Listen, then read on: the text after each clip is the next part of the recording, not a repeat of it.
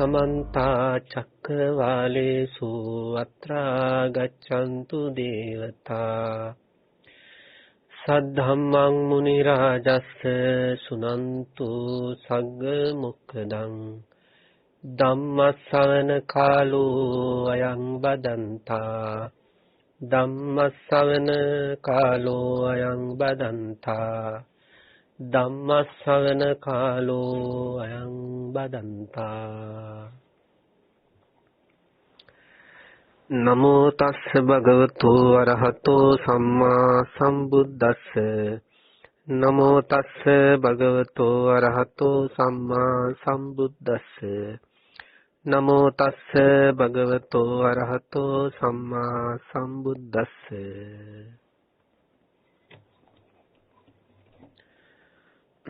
වන්දනීය පූජනීය ලෝකවාසී ගරුතර අපේ මහා සංඝරත්නයන් අවසරයි ශ්‍රද්ධාවන්ත කාරුණික ගුණවන්ත පින්වත්නි භාවනා ධර්ම දේශනා මාලාවේ තවත් එක් දේශනාවකට බොහොම ශ්‍රද්ධාවෙන් ගෞරවයෙන් ඕනෑකමින් පින්නතුන් සම්බන්ධ වී සිටින අවස්ථාව අපි දන්නවා අපි මේ හැමදේම කරන්න ඕනේ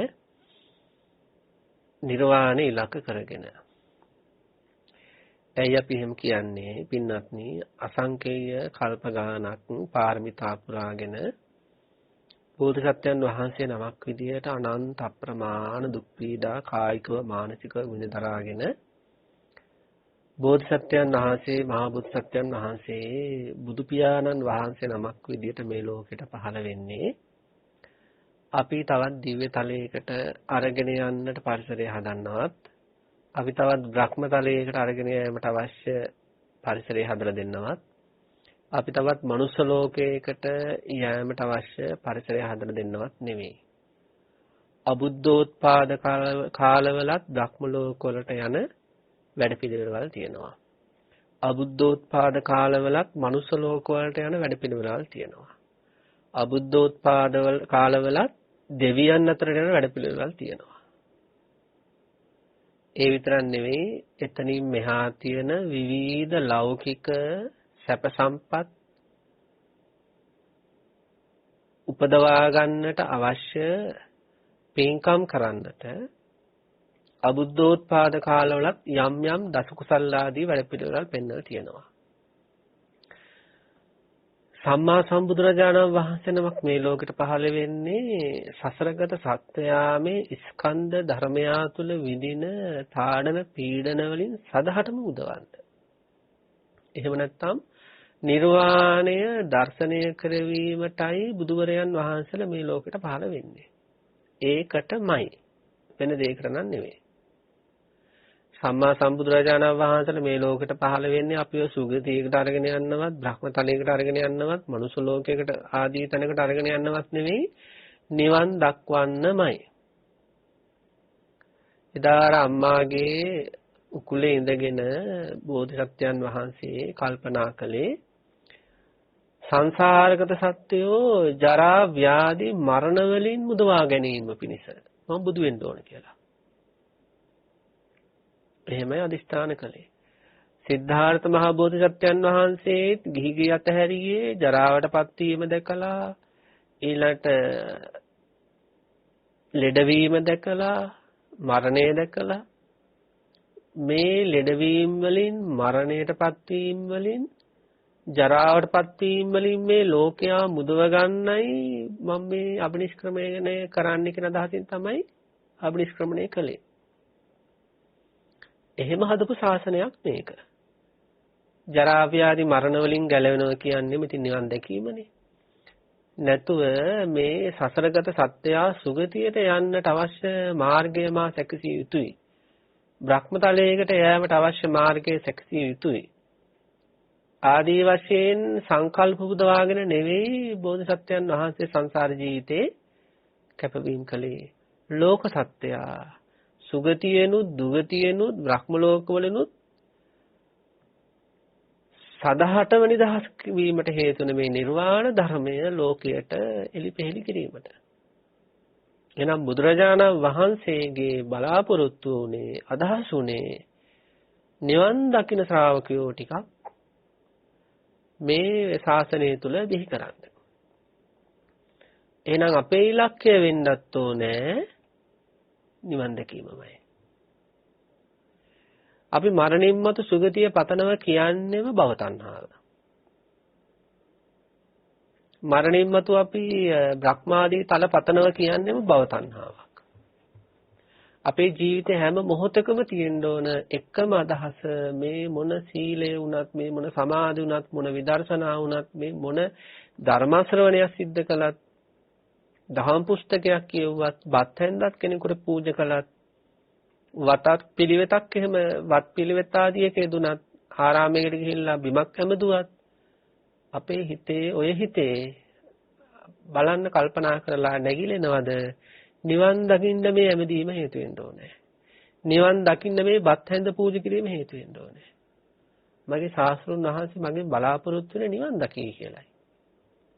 ස්වාමීන් වහන්සේ නමකට පසඟ පිටුල වන්දනා කරද්දී නිවන් දැකීමේ අදහස හිතේ තියෙන්න ඕනේ. ඒ වෙනුවෙනුයි මේ සිල්වත් ගුණවත් ස්වාමීන් වහන්සේලාට මේ ගෞරවය. ඒ වගේ අපේ ජීවිතවල අම්මලා තාත්තලාට සැලකුවත් නිවන් දැකීම අපට නිවන අරමුණු වෙන්න ඕනේ. නිවන් කියන්නේ හැමතිස්සෙම ඒකට කියන අරමුණ පෝෂණය කිරීම කියලා.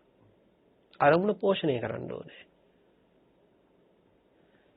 ඉතින් ඒ විදිහට පින්නත් අපේ ජීවිතේ පින්නත් කල්පනා කරලා බලන්න ඒ විදිහට එදිනදා ජීවිතයේ මේ විවිධ සීලාදී ගුණධර්මාදී පවා රකිද්දී ඒ පිළිවෙත් ආදී රකිද්දී නිවන් දකින්න මේක කරනවා නිවන් දකින්න මේක කරනවා කියලා එහෙම නිවන් දකින්න මේක හේතු වෙන්න ඕනේ කියලා එහෙම පින්නතුන් කල්පනා කරලා බලන්න කොච්චර මතක් වෙනවද මතක් වුණාද අද දවසේ ඊයේ දවසේ මේ බණ ටික අහද්දිත් එහෙම දැන් අපි ධර්මයේ දේශනා කරනවා අපිට මේ ධර්මයේ දේශනා කරද්දී ඒකයි ඥාන සම්ප්‍රයුක්ත වෙනවා කියන්නේ අපට අදහසක් එන්න ඕන සංසාර දුකෙන් නිදහස් වෙන්නට يعني අන් අය සංසාර දුකෙන් නිදහස් කරනවා කියන අර්ථ හැඟීම වගේම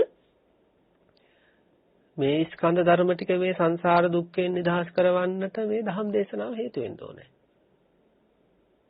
අර දාන මහප්ඵල සූත්‍රයේ දේශනා කළ තියෙන්නේ එතන තියෙනවා දන් දෙන අයගේ විවිධ අදහස් පිළිබඳව එතන උසස්ම එක විදියට සඳහන් කරලා තියෙන යම් කිසි නිවන් දකින්නට හේතු වෙන සමත විපස්සනා ආදිය වැඩෙන්නට මේ දාණය හේතු වෙන්න ඕනේ කියලා එහෙම කල්පනා කරලා දන් දෙනවා නම් අනේක අග්‍ර වෙනවා. ඒක උසස් වෙනවා. ඒ නිසා පින්නත් අපේ ජීවිතවල අපි බලන්න ඕනේ අපි බලන්න ඕනේ කියන්නේ අපිට ඉස්සෙල්ලාම ඇති වෙන්න ඕනේ නිවන් දැකීමම ඉලක්ක වෙන්න ඕනේ. එතෙන්ට හිත ගන්න ඕනේ.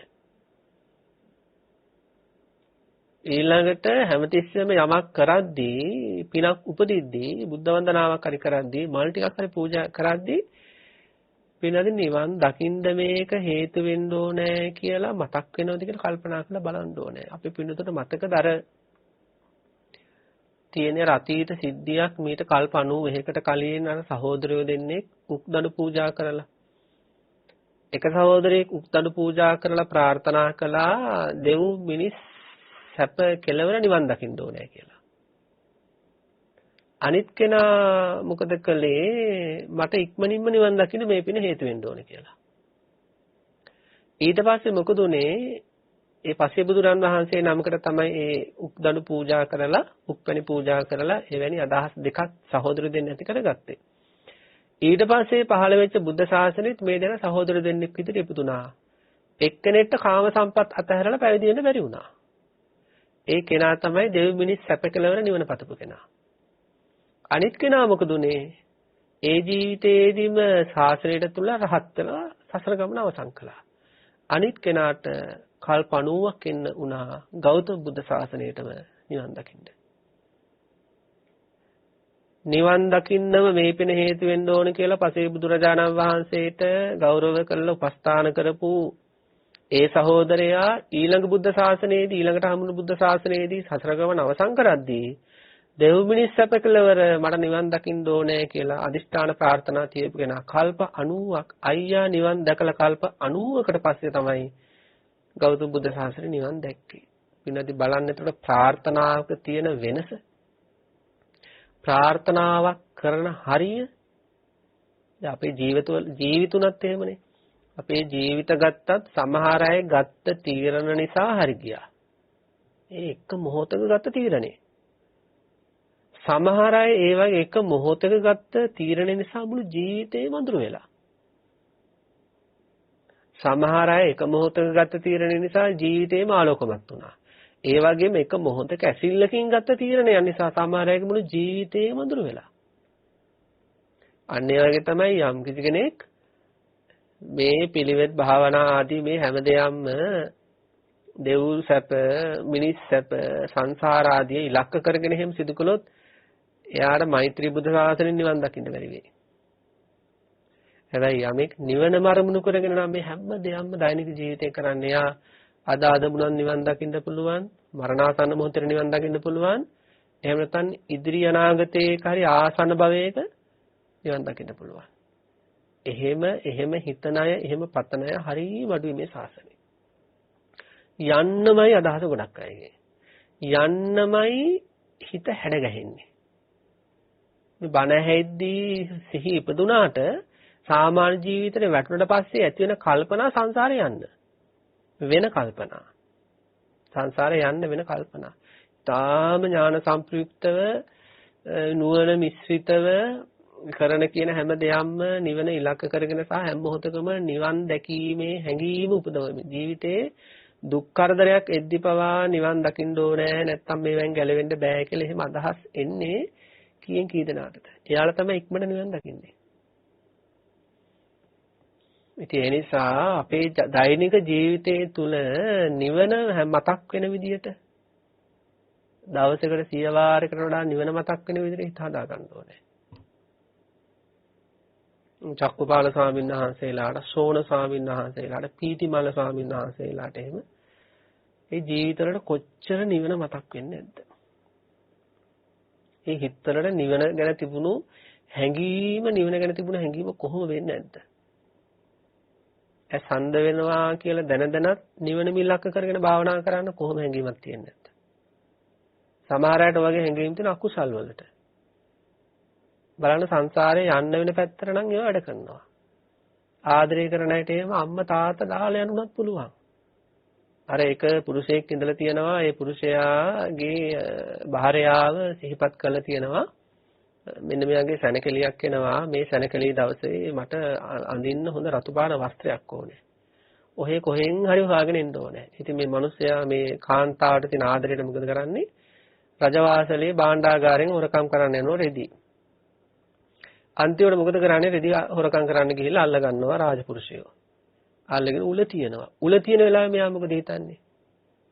අනේ දෙයියනේ මගේ භාර්යාවට මේ රතු පාට වස්ත්‍රය අන්දවලා අත්වල බැඳගෙන අර සැනකෙලියට යන තිබෙන අවස්ථාව නැති වුණානේ කියලා ශෝකයෙන්ම මැරෙනවා. මේ උල තියෙන අවස්ථාවෙත් හිතුවේ ඒක. එතකොට අන්න ඒ වගේ මේ ලෝකයේ තුල මේ නිවන ගැන හිතලා මේ ඇස් දෙක නැතුණත් කමන්නේ කියලා කල්පනා කරන ඊටාම සුළුතරයක් අතර බහුතරය මොකද කරන්නේ? අර මරණාසන්න මොහොතෙත් අර උපාදානයේ වෙච්ච වස්තු වෙනුවෙන් අර අපායටුණත් පණින සෝදානම් මානසිකත්වයකින් සංසාරේ යන්න වෙන කල්පනාවල වාසය කරනවා. ඒ පැත්තට පුදුමාකාර හැඟීමක් තියෙනවා. ඒ පැත්ත වෙනුවෙන් පුදුමාකාර කැපවීම වගේක් කරනවා. දැන් සමහර මේ අම්මලා තාත්තලා ඉන්නවා භාවනාවකට දැම්මට පස්සේ විනාඩි 30යි උඩරින් ඉන්නේ. අනේ ඉන්න බෑ හාමුදුරනේ කියලා නැගිටිනවා. අතන රිදෙනවා මෙතන රිදෙනවා වාත අමාරු අරව මේව කියලා. හැබැයි දුවෙක් ගැට පුතෙක් හරි මංගල උත්සවයක් ගෙදර තිබ්බොත් මොකද වෙන්නේ? දවස් 3-4 මොකද කරන්නේ? නිින්දකුත් නැහැ. වැඩ අර හේදුවනවා මෙහෙ දුවනවා. කිසිම ගාණක් නැහැ. අර නිවන් දකින්නට හේතු වෙන දේ කරන්න කිව්වට පස්සේ උදාසීනයි. හැබැයි අර සංසාරේ යන්න වෙන දේවල් එහෙම තණ්හා දෘෂ්ටි මාන ආදී වැඩෙන දේවල් පැත්තේ දෙන්න කිව්වොත් එහෙම කඩිය වගේ වැඩ කරනවා. ඉතින් ඒ නිසා අපි තේරුම් ගන්න ඕන අන්නේ පැත්තට ඒ වැටුණු හිත අපි ගන්න ඕනේ නිවන පැත්තට. සංසාරේ යන්න වෙන පැත්තට වැඩ කරනවනේ වීර්යයක්. ඒ පැත්ත වලින් ඕන දෙයක් කරන්න වීර්ය වැඩෙනවනේ. අන්නේ වීර්ය හරවන්න ඕන නිවන් දකින්න පැත්තට. ඔය චක්කුපාල ස්වාමීන් වහන්සේලා, පීතිමල ස්වාමීන් වහන්සේලා ඊළඟට ඔය බුද්ධ කාලේ හිටපු සෝන ස්වාමීන් වහන්සේලා එහෙම සිද්ධ කළේ අර සංසාරේ යන්න වෙන්න හේතු වෙන කාම වස්තු වෙනුවෙන් කැප කරන වීර්ය අතහැරලා ඒ වීර්ය හරවල ගත්තා නිවන් දකින්න. අපි දන්නනේ වීර්ය කියන්නේ ප්‍රකීර්ණක චෛතසිකයක්. ඒ කියන්නේ කුසල් එක්කත් වැඩ කරනවා අකුසල් එක්කත් වැඩ කරනවා. ඉතින් සසරගත සත්‍යෝ වැඩිපුරම කරන්නේ අකුසල් එක්කයි වීර්ය භාවිතා කරන එක. නමුත් චක්කපාලාදුතුමන් වහන්සේලා මොකද කළේ? කුසලයට එක්ක ඒ වීර්ය භාවිතා කරලා නිවන් දැක්කා. ඒ නිසා නිවන මතක් වෙන්න අපි මොකද්ද කරන්න ඕන නිරන්තරයෙන්ම ජීවිතේ. නිවන ගැන හැඟීම වැඩි වෙන්නයි මොකද්ද කරන්න ඕනේ? අපිට මෙනෙහි කළ යුතු මානසිකාර තියෙනවා. නිවනේ අගය දැනෙන්න ඕනේ අපිට. අපිට දැනෙනවම මදි ඒක. සමහර දරුවන්ට අම්මා තාත්තගේ අගය දැනෙනව මදිනේ. ඇයි ඒ? අම්මා තාත්තේ ಗುಣ මානසිකාර කරන්නේ නැති නිසා. අන්න ඒ වගේ නිවනේ ගුණය අපි මානසිකාර කරන්නේ නැති නිසාමයි අපිට නිවන ගැන මෙච්චර අගයක් නැත්තේ.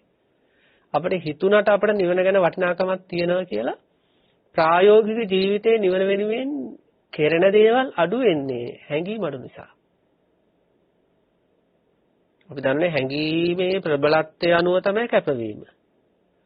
අපිට හිතුණට අපිට නිවන ගැන හැඟීමක් තියෙන නිවන් දකින්න ඕන කියලා හිතුණට ඒ හැඟීමේ ප්‍රබලත්වය මත නිසා ඒ වෙනුවෙන් කැප වෙන වාර ගන්න අඩුයි. අන්න ඒක හදා ගන්න ඕනේ නිවන ගැන හැඟීම අගය වැඩි වෙන විදිහට මානසිකාර පවත්වන්න ඕනේ. මොනවද මේ මානසිකාර? විවේකට්ඨෝ, නිස්සරණට්ඨෝ, අමතට්ඨෝ, අසංකතට්ඨෝ. තවත් විවිධ ක්‍රමවේද තියෙනවා. ඉතින් මෙන්න මේ காரணා හතර ගැන විශේෂයෙන්ම භාවනාමය වශයෙන් මෙනෙහි කරන්න ඕනේ. නිස්සරණට්ඨෝ කියලා කියන්නේ යම්කිසි මොහොතක අපට නිර්වාණය දැర్శණය වෙනකොට නිර්වාණය සාක්ෂාත් වීමත් එක්කම නිස්සරණය වෙනවා කියන්නේ ඒ ශ්‍රාවකයා සියලුම කෙලෙසුන්ගෙන් අත්මිදුණු ශ්‍රාවකයෙක් බවට පත් වෙනවා. ඔන්න නිවනෙන් ලැබෙන පළමුවෙනිම ලාභය. නිර්වාණය කියන ධර්මය සාක්ෂාත් වෙනකොට මොකද වෙන්නේ? කෙලෙස් ධර්ම වලින් එයා මිදුණු කෙනෙක් බවට පත් වෙනවා. එතකොට අපි මානසිකාර කරන්න ඕනේ කෙලෙස් ධර්මයන්ගෙන් මිදීමේ තියෙන ආනිසංස වාරය. කෙලෙස් ධර්මයන්ගෙන් මිදීමේ තියෙන ආනිසංස වාරය ගැන හිත යම් කිසි කෙනෙක් නිර්වාණය ගැන නිවන් දැකීම තුළ මේ කෙලෙස් ධර්මයන්ගෙන් නිදහස් වීම සිදු වෙනවා කියලා මානසිකාර පැවැත්වීම තුළ මොකද වෙන්නේ? යාට නිවන ගැන අදහස වැඩි වෙනවා. දැන් සමහර ඉගෙන ගන්න දරුවෝ ඉන්නවා හැමතිස්සෙම කල්පනා කරන්නේ වෛද්‍යවරයෙක් වීමේ ආනිසංස වාරය ගැන. එතකොට යාට මේ වෛද්‍ය වෘත්තිය පැත්තටම අවශ්‍ය අධ්‍යාපන කටයුතු සිද්ධ වෙන්න එක හේතු වෙන. ඒ වගේ කෙලෙස් වලින් මිදෙනවා නිවන් දැක්කම කියලා ඒ කෙලෙස් වලින් මිදීමේ සුවය ගැන යමෙක් මෙනෙහි කරන්න ඒක නිවන් දකින්නට මෙයාගේ හිත නැඹුරු වෙන්න ඒ පැත්තට චිත්තය වැටෙන්න එක හේතුවක් වෙනවා. ඉතින් හොඳට මානසිකාර කරන්න ඕනේ කෙලෙස් වලින් නිදහස් වීමේ සුවය සහ කෙලෙස් ධර්ම එක ජීවත් වීමේ වෙහෙස. ඒක දැනෙන්න ඕනේ. අපි කලින් දේශනාවක සිහිපත් කළා යම්කිසි ආයතනයක සියලු වැඩ කටයුතු අවුල් වියවුල් කරන යම්කිසි කරදරකාරී සේවකයෙක් වගේ කියලා ස්කන්ධ ධර්මය අසුරු කරගෙන උපදින කෙලෙස් ධර්ම. යම්කිසි ආයතනයක සියලු දේවල් අවුල් වියවුල් කරන සේවකයෙක් හරි සේවකයෝ දෙන තුන්දෙනෙක් හරි ඉන්නවා නම් එයාලා බැහැර වෙනකම්ම ආයතනයට සැනසෙල්ලක් නැහැ. ආයතනය තුල කටයුතු කරන්න. අන්න ඒ වගේ ස්කන්ධ ධර්ම ටිකට ස්කන්ධ ධර්ම කියන මේ ආයතනයන්ට කිසියම්ම සැනසෙල්ලක් නැහැ මේ කෙලෙස් ධර්ම ටික මේක ඇතුලේ තියෙන නිසා. නිවන් දකින්නකොට ඕවා බැහැර වෙනවා. සෝතාපන්න වෙනකොට පළවෙනි වතාවට නිර්වාණය දර්ශනය. එතකොට කෙලෙස් ධර්ම ටිකට බැහැර වෙලා යන්න වෙනවා ආපහු නොයන විදියටම. අනාගාමී වෙනකොට නිර්වාණය තුන්වෙනිව දර්ශනය වෙනවා. එතකොටත් තවත් කෙලෙස් ධර්ම දෙකකට නොයන විදියටම යන්න වෙනවා.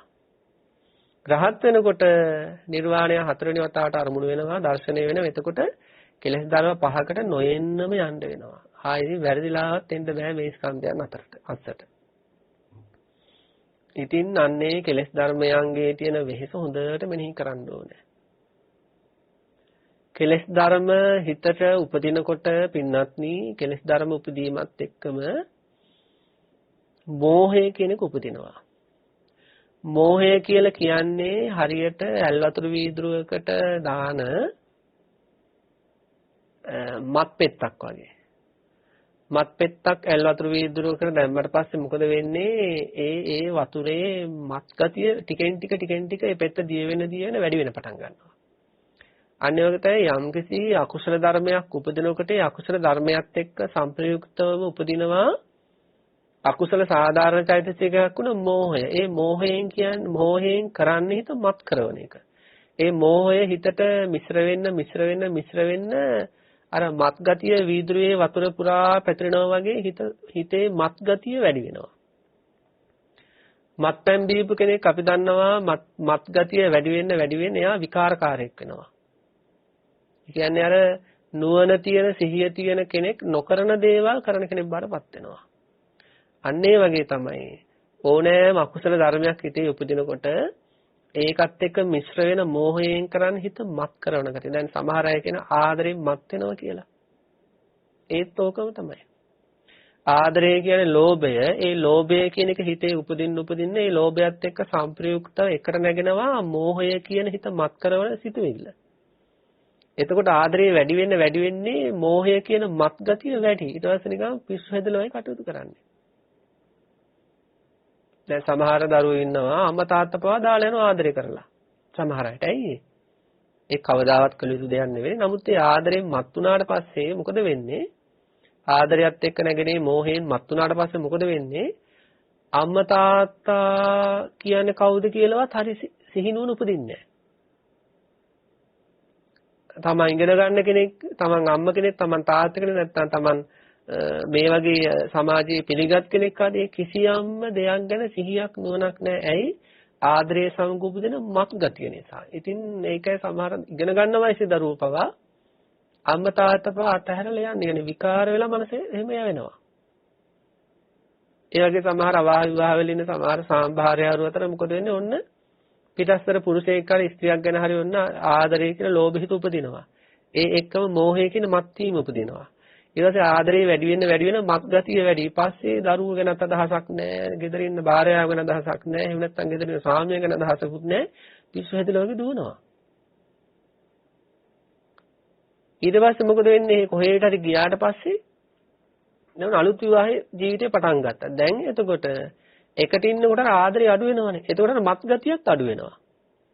ආදරේ අඩු වෙනකොට මත් ගතිය අඩු වෙනකොට සිහිය උපදිනවා. මොකද්ද මම මේ කරගත්තේ? ඔය සමහර දරුවෝ අම්මලා තාත්තලා අතහැරලා සමහර පිරිමි දරුවෝ එක්ක එහෙම බැහැරලා යනවනේ. ඉතින් මේ ආදරේ බලවත්ම කාලෙදිනේ එහෙම බැහැර වෙලා යන්නේ. බලවත්ම කාලෙදී. එතකොට හොඳටම මත් වෙලා ඉන්නේ. ඊට පස්සේ එහෙම බැහැර වෙලා ගිහිල්ලා ඒ ගියපු කෙනත් එක්ක හතියක් දෙකක් මාසයක් දෙකක් අවුරුද්දක් දෙකක් විතර අර ආදරේ අඩු වෙනවා.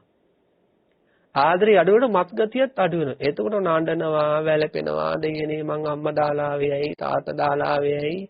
අනේ මම්මගේ අධ්‍යාපනය කඩා කප්පා කරගත්තා. අර මත් ගතියනේ අඩු වෙලා. අන්න ඒ වගේ අපි තේරුම් ගන්න ඕන අපේ ජීවිතවල ආදරේ වැඩ කරනවා නම් යමෙක් අරමුණු කරලා අපි මත් වෙලා ඉන්නේ. කල යුත්ත නෙවෙයි කෙරෙන්නේ. කිව යුත්ත නෙවෙයි කියවෙන්නේ. සිතී යුත්ත නෙවෙයි සිතෙන්නේ. විකාර කර කර ඉන්නේ. ඔය ආදරේ හිතෙන් බැහැරවල ගිය දවසට මොකද වෙන්නේ? ලැජ්ජයි. බලන්න අතීතයේ සමහර අයට ආදරේ කර එහෙම මත්තල වගේ කරපු පිස්සු වැඩ ගැන දැන් ලැජ්ජාවක් නැද්ද? දැන් ලැජ්ජයි. එදා තිබ්බ ආදරේ දැන් නැති නිසා. එදා ඒ තිබ්බ ආදරෙත් එක්ක ඉපදුණු හිත මත් කරවන මෝහය දැන් නැති නිසා දැන් මේ දේවල් ගැන ලැජ්ජද නැද්ද? දැන් ලැජ්ජයි. ඇයි මං ඒ දවස්වල එහෙම ආදරයකට අහු වෙලා හිටියේ? එහෙම තමයි දැන් හිතෙන්නේ. අන්න ඒ වගේ රාගය වුණත් අටගනිද්දී එහෙම රාගයෙන් මත් වෙනවා කියන්නේ රාගය කියන්නේ ලෝභය. ඒ ලෝභය හිතේ උපදිනකොටම ඒකත් එක්ක නැගෙනවා මෝහය කියන එක. ඒක අර ඇල් වතුර වීදුරුවට විස මිශ්‍ර වෙනවා වගේ. රාගය වැඩි වෙන්න මත් ගතිය වැඩි. ඒක රාගෙන් මත් වෙනවා කියන්නේ. ඊට පස්සේ මොකද වෙන්නේ? ඉතින් නොකලියුත්ත කරනවා, නොකියුත්ත කියනවා, නොසුතියුත්ත සිතනවා. රාගය බැහැර වෙලා යනවා කියන්නේ මත් ගතියත් බැහැර වෙලා යනවා කියන එක. ඊට පස්සේ ඔන්න සිහිය උපදිනවා. දේශයත් එහෙමයි. ද්වේෂයේ හිතේ උපදිනකොට මේකත් එක්ක හිත මත් කරන මෝහය උපදිනවා. ඊට පස්සේ මොකද වෙන්නේ? ද්වේෂය වැඩි වෙන මත් ගතිය වැඩි. අම්මා පේන්නේ නැහැ, තාත්තා පේන්නේ නැහැ. එන වටිනකමක් තියෙන වස්තුවේ වටිනකම පේන්නේ නැහැ. ඇයි අර ඔළුව විකාරවල මත් ගතියට. ඒක අර වතුරට කයේ යම් අසමතුලිත භාවයන් ඇති කරනවා වගේ මේ හිතේ උපදින මෝහය තුලිනුත් අන්න ඒ වගේ හිතේ අසමතුලිත භාවය ඇති කරනවා. ඒක එක්තරා විදිහක මත් වීමක් වගේ. ඒ නිසා කියන දේශයෙන් මත් වීම කියලා. ඒ හිම මත් වුණාට පස්සේ අර බමන මානසිකත්වයක් ඇති වෙන්නේ අම්මා වඳුර ගන්න බෑ, තාත්තා වඳුර ගන්න බෑ. ඉතින් පරුස වචනෙන් බහිනවා, ගහනවා, කපනවා, කොටනවා. හැබැයි ඒ දේශය බැහැරවල යනකොටම මත් ගතියක් ටිකෙන් ටික බැහැරවල යනවා. එතකොට මොකද වෙන්නේ? ඔන්න සිහි උපදිනවා. එතකොට කල්පනා කරනවා ඇයි බැන්නේ, ඇයි ගැහුවේ, ඇයි මැරුවේ කියලා. ඉතින් ඔය සෙල්ලමට අපි කොච්චර සංසාර ජීවිතේ මුණ දුන්නද? මේ ජීවිතෙත් කොච්චර ඕකට මුණ දෙනවද? කවදද ඕකෙන් ඔය මත් වීමෙන් අයින් වෙන්නේ කවදද? නිවන් දැක්කොත්. ඒ නිසා කියනවා නිස්සරණට්ටෝ. නිර්වාණය කියන්නේ මේ රාග, දේශ, මෝහ ආදී කෙලෙස් ධර්මයන් ඉපදීම තුළ ඇති වෙන මත් වීමෙන් අපිව නිදහස් කරවන විසඳුම තමයි නිවන කියන්නේ. එහෙනම් නිවන කොච්චර වටිනවද? අතීත සංසාර ගමනේ ඉඳලා මේ මොහොත දක්වා ගත්තොත් රාගය අපට කොච්චර කරදර කළාද? ද්වේෂය අපට කොච්චර කරදර කළාද? ඊර්ෂ්‍යා මාන ආදී කෙලෙස් ධර්ම සංසාර ජීවිතය අපට කොච්චර භවයක් පාසා පන්න දුක් දීලා ඇද්ද? එක භවයකදී නිවන නිසා අපි ඕවෙන් ගැලවෙනවා කියන්නේ. හිතන්නකෝ පින්නත් නිවනේ තියෙන වටිනාකම. මල් තියලා වඳින්න තරම් වටිනවා. අයි මල් තියලා වඳින්න ඕනේ නැහැ නිවනට. නමුත් එච්චර මේ උත්තරීතර ගම්බීර ධර්මයක් නිවන කියන්නේ. තියන්නේ මෙනෙහි කරද්දී මොකද වෙන්නේ? නිවන ගැන පුදුමාකාර හැඟීමක් දෙන්නේ නිවන මෙහෙම කන්ද. මේ කෙලෙස් ක්‍රීඩාවෙන්, කෙලෙස් සෙල්ලමෙන්, කෙලෙස් ධර්මයන්ගෙන් මත් වීමෙන් මන් මුදවන්නේ මේ නිර්වාණ ධර්මයෙන්. ඒක දර්ශනේ වුණොත් ප්‍රශ්නේ ආවරයි. පිළිකාවක් හැදුණු කෙනෙක්ට ඒ පිළිකාවෙන් ගැලවෙන්න තියෙන අදහස කොහොමද? අන්න ඒ වගේ අදහසක් අපිට තියෙනවනේ මේ ස්කන්ධ පරම්පරාව පිළිකාවක් වගේ. මහා දුක් ගොඩක් දෙනවා. අපිට ඒක පිළිකාවක් වගේ දැනෙන්න ඕනේ. පිළිකාවෙන් ගැලවෙන්නට ඖෂධ විසඳුමක් වගේ. මේ පංචස්කන්ධය කියන රෝගයෙන් ගැලවෙන්න තියෙන එකම නිදහස. විශේෂයෙන් මේ කෙලෙස් ධර්ම වලින් ගැලවෙන්න තියෙන එකම නිදහස තමයි විසඳුම තමයි නිර්වාණය. දිව්‍ය ලෝකයකට ගියා කියලා කෙලෙස් වලින් නිදහස් වෙන්න පුළුවන්ද? තිරිසන් ලෝකෙට ගියා කියලා කෙලෙස් වලින් නිදහස් වෙන්න පුළුවන්ද? මනුස්ස ලෝකයකට ආපහු ගියා කියලා කෙලෙස් වලින් නිදහස් වෙන්න පුළුවන්ද? බ්‍රහ්ම ලෝකයකට ගියා කියලා කෙලෙස් වලින් නිදහස් වෙන්න පුළුවන්ද? බ්‍රහ්ම ලෝකයේ තියෙනවා ඒ බ්‍රහ්ම ලෝකයේ බ්‍රහ්මාත්ම භාවයේ පිළිවෙල නැති වෙන තණ්හාව. ඒත් නිදහසක් නැහැ. ඒ නිසා මේ තුන් ලෝකයේ කාමාවචර ලෝකයකදීවත් රූපාවචර ලෝකයේ ආදී මේ කිසිම ලෝකයකදී අපට කෙලෙස් වලින් නිදහස් වෙන්න බෑ. හැබැයි එකම නිදහස විසඳුම තැන අපට නිර්වාණය.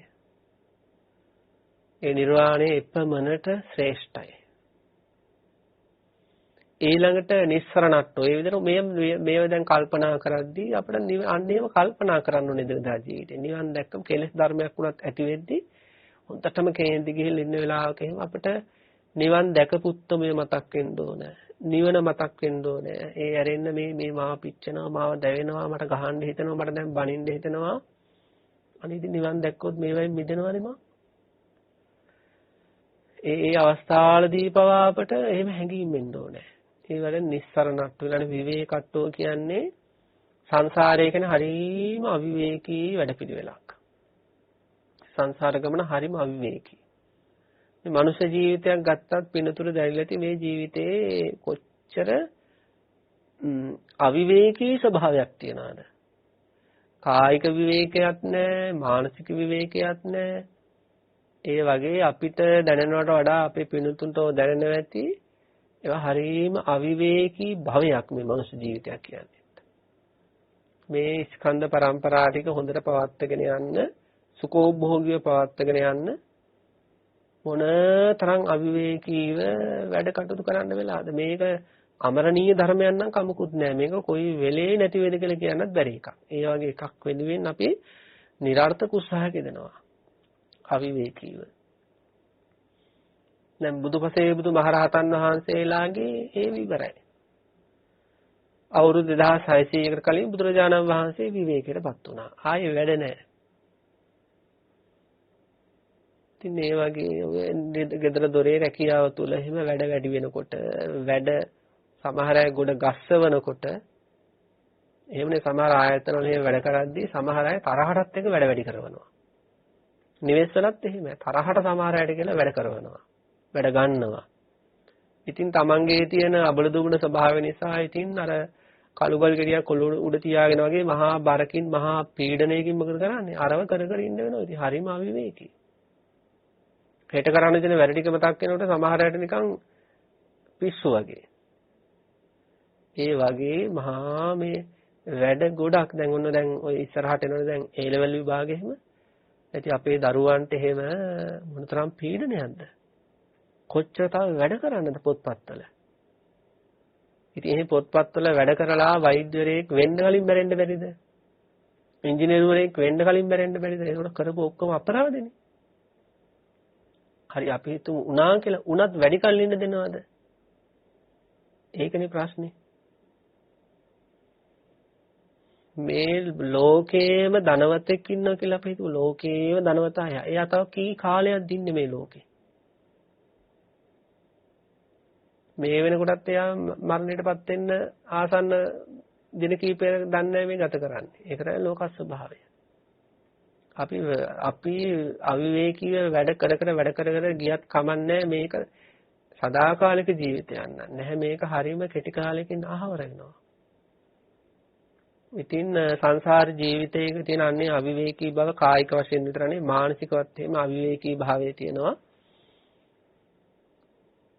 පහ වෙන්නේ කොතනින්ද? නිවන් දැකීම තුල. සෝතාපන්න වුණාට පස්සේ වැඩ කරන්න වෙන්නේ ආත්මහතයි. අනාගාමී වුණාට පස්සේ තව එක භවයක් තුල ඔක්කොම වැඩ අවසන්. ඉතින් ජීවිතේ මේ විදිහට මේ විවේකට්ටෝ මේ අවිවේකී සසර ගමන තිරසහතෙක් වුණත් විවේකයක් නැහැ, කණ්ඩ දුවන්න ඕනේ, එහෙම හරීම හොයන්න ඕනේ. මේක මහා විපා කරපු මහා කරදරයක් මේක. ස්වාමීන් වහන්සේ නමක් වුණත් මොකද වෙන්නේ ඉතින්? උදේට පාත්‍රය අරගෙන ගියක් ගන්න යන්න එපායි. ඒ කියන්නේ එහෙම කැපවීමක් කරන්න ඕනේ දාන ටික හොයාගන්න.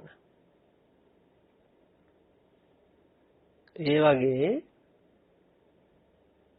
සංසාර ජීවිතයේ මේ තියෙන අවිවේකී භාවය ගැන හිත කල්පනා කරන්න ඕනේ. නිර්වාණය කියන්නේ විවේකී ධර්මයක්. විවේකයේ උපදවන ධර්මයක්. ඒක හරීම ශ්‍රේෂ්ඨයි. ඊළඟට අසංකතට්ඨෝ. අසංකතට්ඨෝ කියන්නේ මේ නිර්වාණ ධර්මයේ සාක්ෂාත් නොකිරීම තුල අපිට අසංකතය කියන්නේ නිර්වාණය අසංකතයි. සංකතයි කියන්නේ අපි දන්නවා හේතුන් නිසා පහළ වෙන කියන අර්ථය තමයි සංකත කියන්නේ. සකස් වෙන දේවල්. හේතුන් නිසා සකස් වෙන දේවල්. එතකොට අපේ මේ ස්කන්ධ පරම්පරාවම හේතුඵල ධමයක්. හේතුන් නිසා සකස් වෙන එකක්. ඒ කියන්නේ මනුස්ස ලෝකේ කුප්පත්තිය ලබන්න නම් ඒකට අදාළ පුණ්‍යාභි සංස්කාර ටික අපිට හදන්න වෙනවා. පෙර ජීවිතේක අපි පුණ්‍යාභි සංස්කාර සිදු කරලා ඒන් පුණ්‍යාභි සංස්කාරයක් ඉදිරිපත් වෙලා තමයි මනුස්ස ජීවිතයට ආවේ.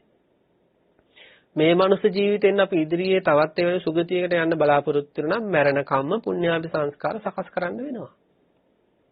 එතකොට අන්න ඒ වගේ මනුස්ස ජීවිතයක් උපදවා ගන්නත් අපිට හේතු සකස් කරන්න ඕනේ.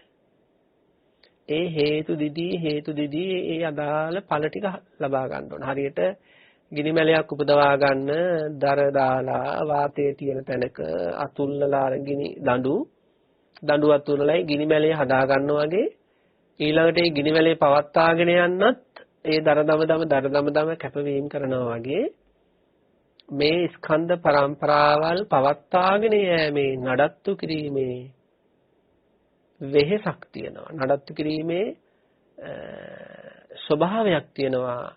නිවන් දැක්කොත් මොකද වෙන්නේ? නිර්වාණය දර්ශනය වීමත් එක්කම අන්න ඒ ස්කන්ධ පරම්පරා ආදිය පවත්වාගෙන යෑමේ වෙහෙසක් නැති වෙනවා. මේක පවත්වාගෙන යෑමේ වෙහෙස නැති වෙනවා. දැන් බලන්න පින්නන්ති දැන් තවත් කෙනෙකුට ආදරය කරනවා නම් ඒ ආදරය කරන කෙනාගේ ඒ ආදරය කියන්නේ සංකත ධර්මයක්, හේතුන් නිසාම පහළ වෙන එකක්. එතකොට ඒ ආදරය උපදවා ගන්න විශාල කැපකිරීමක් කරන්න ඕනේ. හේතු ටිකක් හදන්න ඕනේ.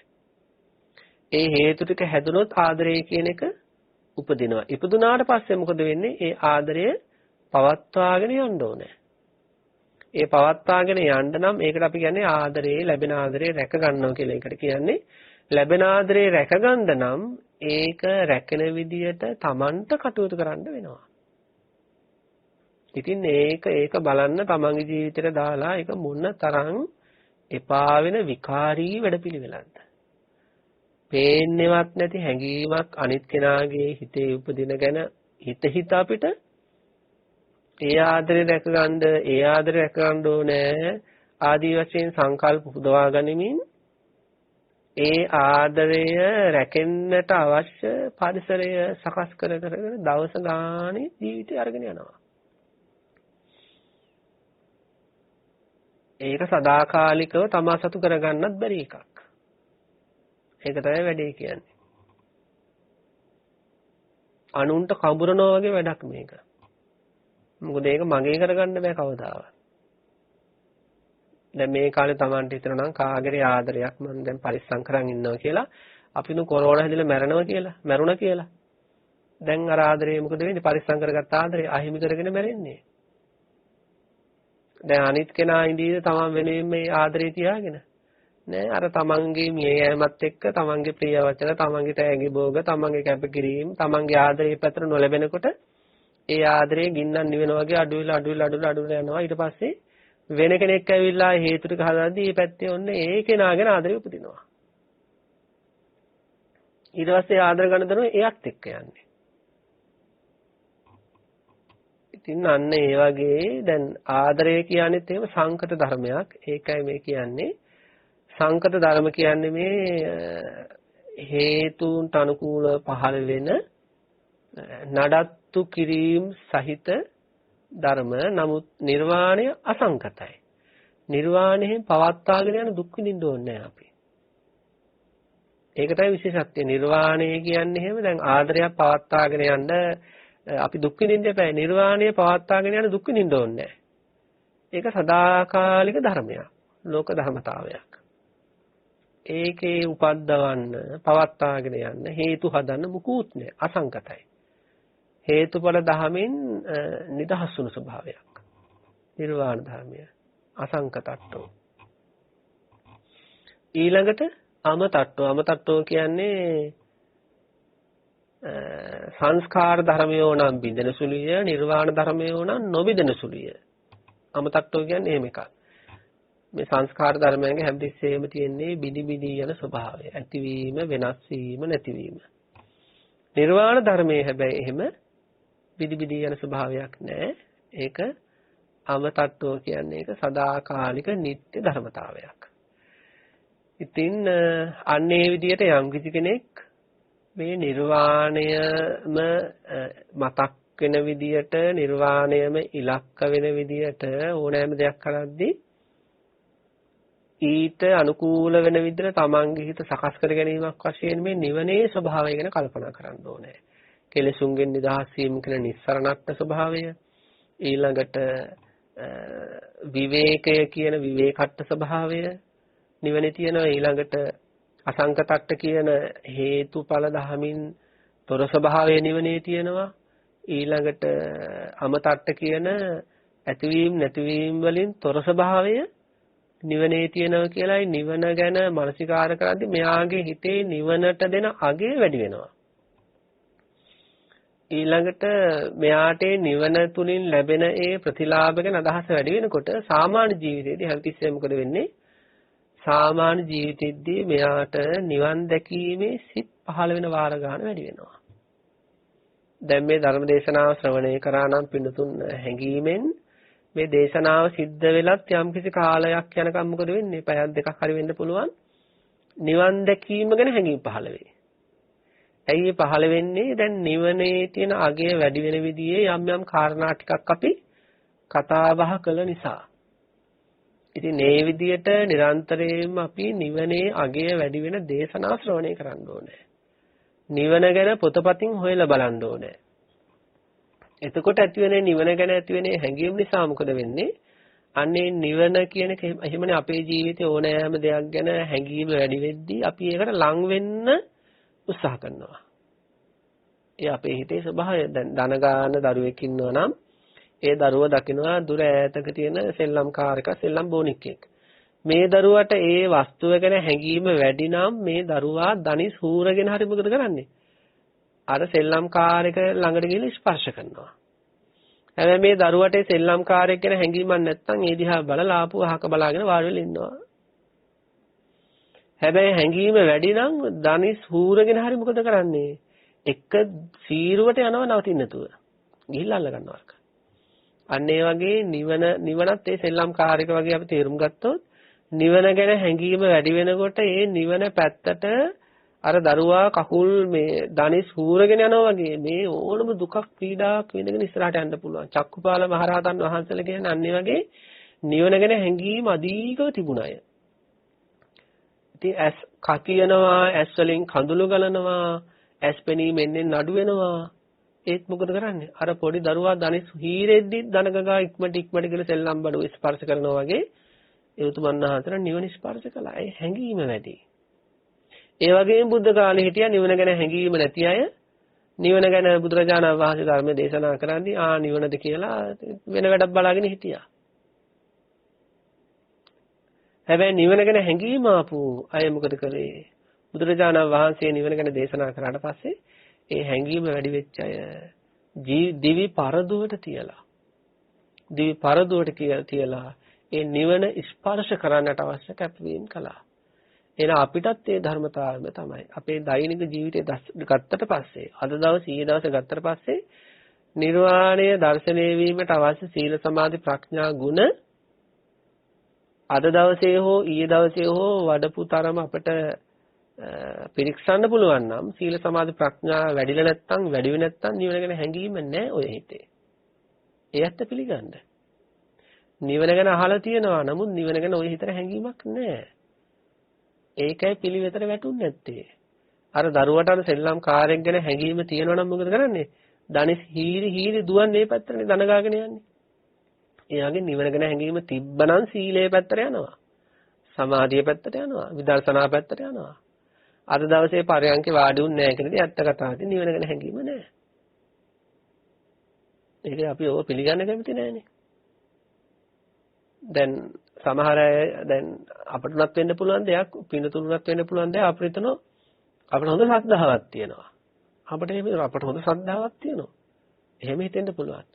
ඇත්තටම ශ්‍රද්ධාව තියෙන හිතක ලක්ෂණය මොකද්ද? උදක ප්‍රසාද මාණික රත්නය වතුරට දැම්මට පස්සේ වතුරේ තියෙන බොර ටික නැති වෙනවා. අන්න ඒ වගේ තමයි අපේ හිතේ කෙලෙස් බොර තියෙනවා.